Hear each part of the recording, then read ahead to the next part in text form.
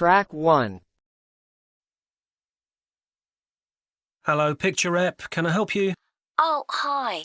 I saw your advertisement about copying pictures to disk, and I'd like a bit more information about what you do. Sure. What would you like to know? Well, I've got a box full of old family photos that's been up in the attic for years. Some of them must be 50 or 60 years old, and I'd like to get them converted to digital format. Sure, we can do that for you. Right. And what about size? The photos are all sorts of sizes. Are there any restrictions? Well, the maximum size of photo we can do with our normal service is 30 centimetres, and each picture must be at least 4 centimetres. That's the minimum we can cope with. Well, that should be fine. And some of them are in a frame. Should I take them out before I send them? Yes, please. We can't copy them otherwise. And also the photos must all be separate. They mustn't be stuck into an album. OK, that's not a problem. So, can you give me an idea of how much this will cost? I've got about 360 photos, I think. We charge £195 for 300 to 400 photos for the basic service. OK, and does that include the disc? Yes, one disc, but you can get extra ones for £5 each. That's good. So, do I need to pay when I send you the photos? No, we won't need anything until we've actually copied the pictures. Then we'll let you know how much it is, and once we've received the payments, we'll send the parcel off to you. Right. Is there anything else you'd like to ask about our services? Yes, I've roughly sorted out the photos into groups, according to what they're about. So, can you keep them in those groups when you copy them? Sure, we'll save each group in a different folder on the disk, and if you like, you can suggest a name for each folder. So, I could have one called Grandparents, for instance. Exactly. And do you do anything besides scan the photos? Like, can you make any improvements? Yes, in the standard service, each photo is checked, and we can sometimes touch up the colour a bit or improve the contrast. That can make a big difference. OK, and some of the photos are actually quite fragile. They won't get damaged in the process, will they? No, if any look particularly fragile, we'd do them by hand. We do realise how precious these old photos can be. Sure. And another thing is we can make changes to a photo if you want. So if you want to remove an object from a photo or maybe alter the background, we can do that. Really? I might be interested in that. I'll have a look through the photos and see. Oh, and talking of fixing photos, I've got a few that aren't properly in focus. Can you do anything to make that better? No, I'm afraid that's one thing we can't do. OK. Any other information I can give you? How long will it all take? We aim to get the copying done in 10 days. Fine. Right, well, I'll get the photos packed up in a box and post them off to you. Right. If you've got a strong cardboard box, that's best. We've found that plastic ones sometimes break in the post. OK. Right, thanks for your help. Bye. Bye. Track 2. Good morning, and thank you for coming here today. I'd like to bring you up to date with changes in the school that will affect your children. As you know, the school buildings date from various times, some from the 1970s, some from the last 5 years, and of course Dartfield House is over a century old. It was commissioned by a businessman, Neville Richards, and intended as his family home, but he died before it was completed. His heir chose to sell it to the local council, who turned it into offices.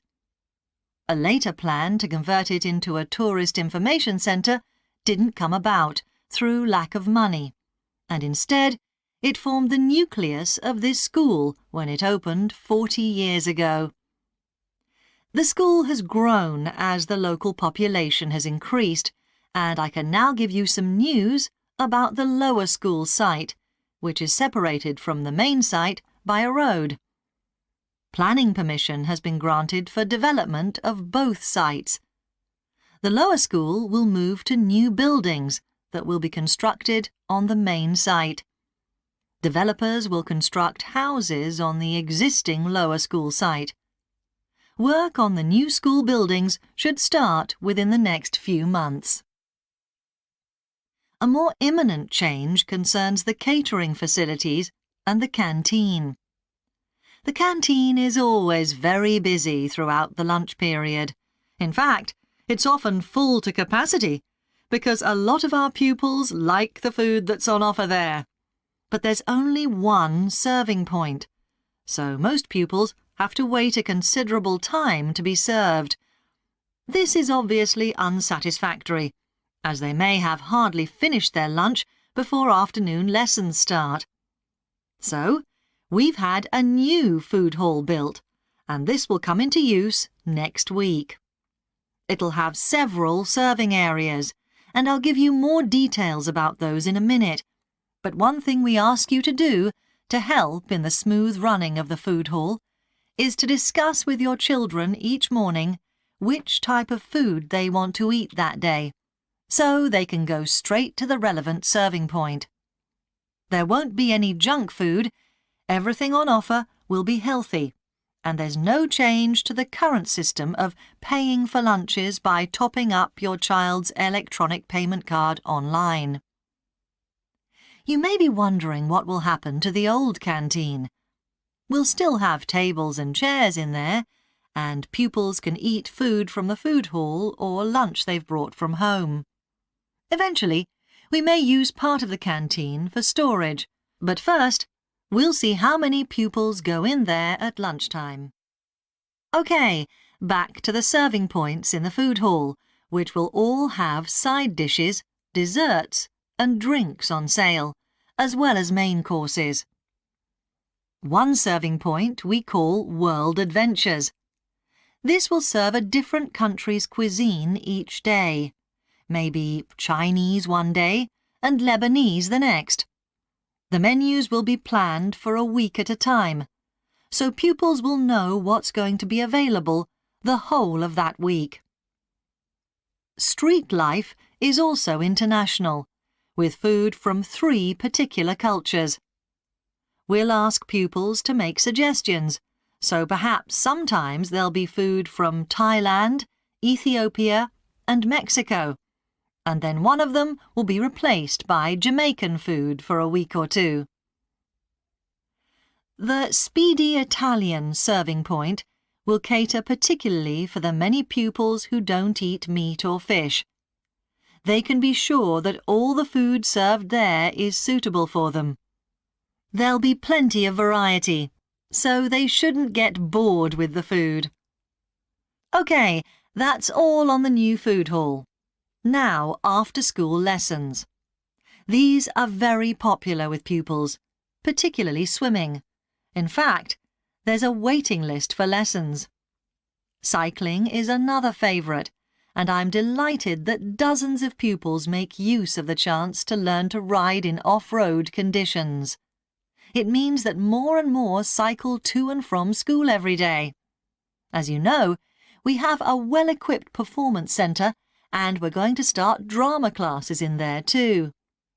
Pupils will be able to join in just for fun, or work up to taking part in a play. We hope to put on at least one a year.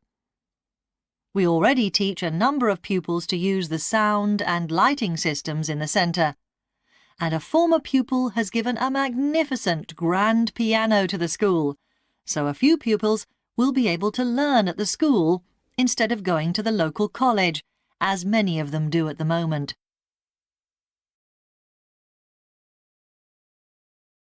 Track 3. So, Luke, for our next psychology assignment, we have to do something on sleep and dreams. Right. I've just read an article suggesting why we tend to forget most of our dreams soon after we wake up. I mean, most of my dreams aren't that interesting anyway. But what it said was that if we remembered everything, we might get mixed up about what actually happened and what we dreamed. So it's a sort of protection. I hadn't heard that idea before. I'd always assumed that it was just that we didn't have room in our memories for all that stuff. Me too. What do you think about the idea that our dreams may predict the future? It's a belief that you get all over the world. Yeah, lots of people have a story of it happening to them. But the explanation I've read is that for each dream that comes true, we have thousands that don't, but we don't notice those. We don't even remember them. We just remember the ones where something in the real world, like a view or an action, happens to trigger a dream memory. Right. So it's just a coincidence, really. Something else I read about is what they call segmented sleeping. That's a theory that hundreds of years ago, people used to get up in the middle of the night and have a chat or something to eat, then go back to bed. So I tried it myself. Why? Well, it's meant to make you more creative. I don't know why, but I gave it up after a week. It just didn't fit in with my lifestyle. But most preschool children have a short sleep in the day, don't they? There was an experiment some students did here last term to see at what age kids should stop having naps, but they didn't really find an answer. They spent a lot of time working out the most appropriate methodology, but the results didn't seem to show any obvious patterns. Right. Anyway, let's think about our assignment.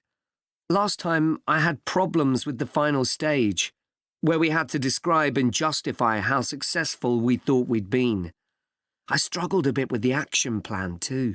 I was okay with the planning, but I got marked down for the self-assessment as well. And I had big problems with the statistical stuff. That's where I really lost marks. Right. So, shall we plan what we have to do for this assignment? Okay. First, we have to decide on our research question. So, how about, is there a relationship between hours of sleep and number of dreams? Okay. Then we need to think about who we'll do the study on.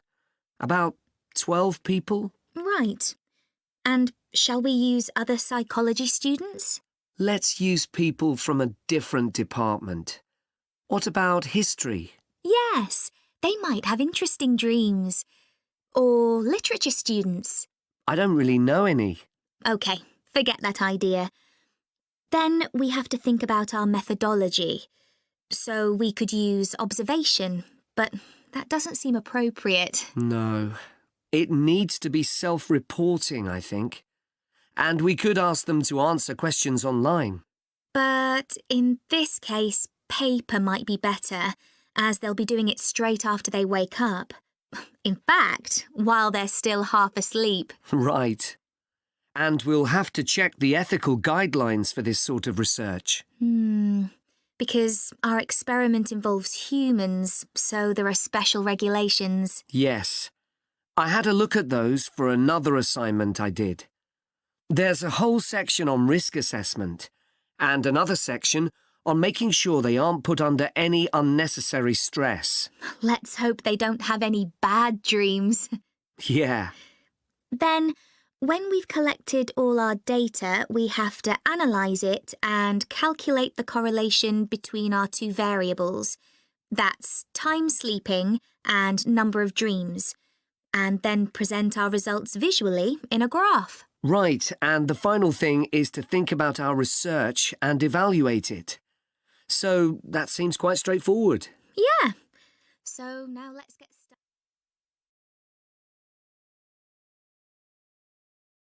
Track 4. Dancing is something that humans do when they want to have a good time. It's a universal response to music found in all cultures. But what's only been discovered recently is that dancing not only makes us feel good, it's also extremely good for our health. Dancing, like other forms of exercise, releases hormones, such as dopamine, which make us feel relaxed and happy. And it also reduces feelings of stress or anxiety. Dancing is also a sociable activity, which is another reason it makes us feel good. One study compared people's enjoyment of dancing at home in front of a video with dancing in a group in a studio. The people dancing in a group reported feeling happier, whereas those dancing alone did not. In another experiment, university researchers at York and Sheffield took a group of students and sent each of them into a lab where music was played for 5 minutes. Each had to choose from 3 options: to sit and listen quietly to the music, to cycle on an exercise bike while they listened, or to get up and dance. All were given cognitive tasks to perform before and after. The results showed that those who chose to dance showed much more creativity when doing problem-solving tasks. Dr. Lovett at the University of Hertfordshire believes dance could be a very useful way to help people suffering from mental health problems. He thinks dance should be prescribed as therapy to help people overcome issues such as depression.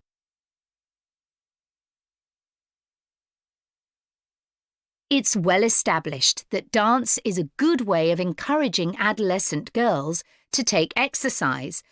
But what about older people? Studies have shown that there are enormous benefits for people in their 60s and beyond. One of the great things about dance is that there are no barriers to participation. Anyone can have a go, even those whose standard of fitness is quite low. Dance can be especially beneficial for older adults who can't run or do more intense workouts, or for those who don't want to. One 2015 study found that even a gentle dance workout helps to promote a healthy heart. And there's plenty of evidence which suggests that dancing lowers the risk of falls, which could result in a broken hip, for example, by helping people to improve their balance. There are some less obvious benefits of dance for older people too. One thing I hadn't realised before researching this topic was that dance isn't just a physical challenge. It also requires a lot of concentration, because you need to remember different steps and routines. For older people, this kind of activity is especially important because it forces their brain to process things more quickly and to retain more information. Current research also shows that dance promotes a general sense of well-being in older participants, which can last up to a week after a class. Participants report feeling less tired and having greater motivation to be more active and do daily activities such as gardening or walking to the shops or a park.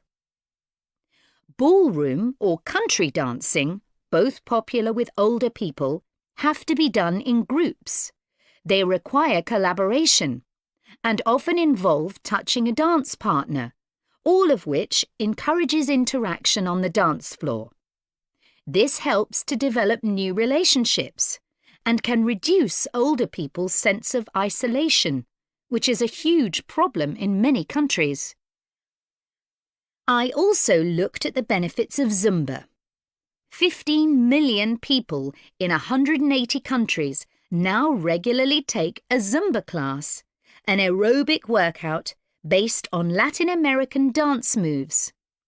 John Porcari, a professor of exercise and sports science at the University of Wisconsin, analysed a group of women who were Zumba regulars and found that a class lasting 40 minutes burns about 370 calories.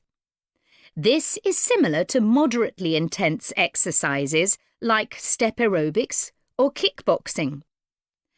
A study in the American Journal of Health Behavior showed that when women with obesity did Zumba 3 times a week for 16 weeks, they lost an average of 1.2 kilos and lowered their percentage of body fat by 1%. More importantly, the women enjoyed the class so much that they made it a habit and continued to attend classes at least once a week. Very unusual for an aerobic exercise program. Dance is never going to compete with high-intensity workouts when it comes to physical fitness gains, but its popularity is likely to keep on rising because it's such a fun way to keep fit.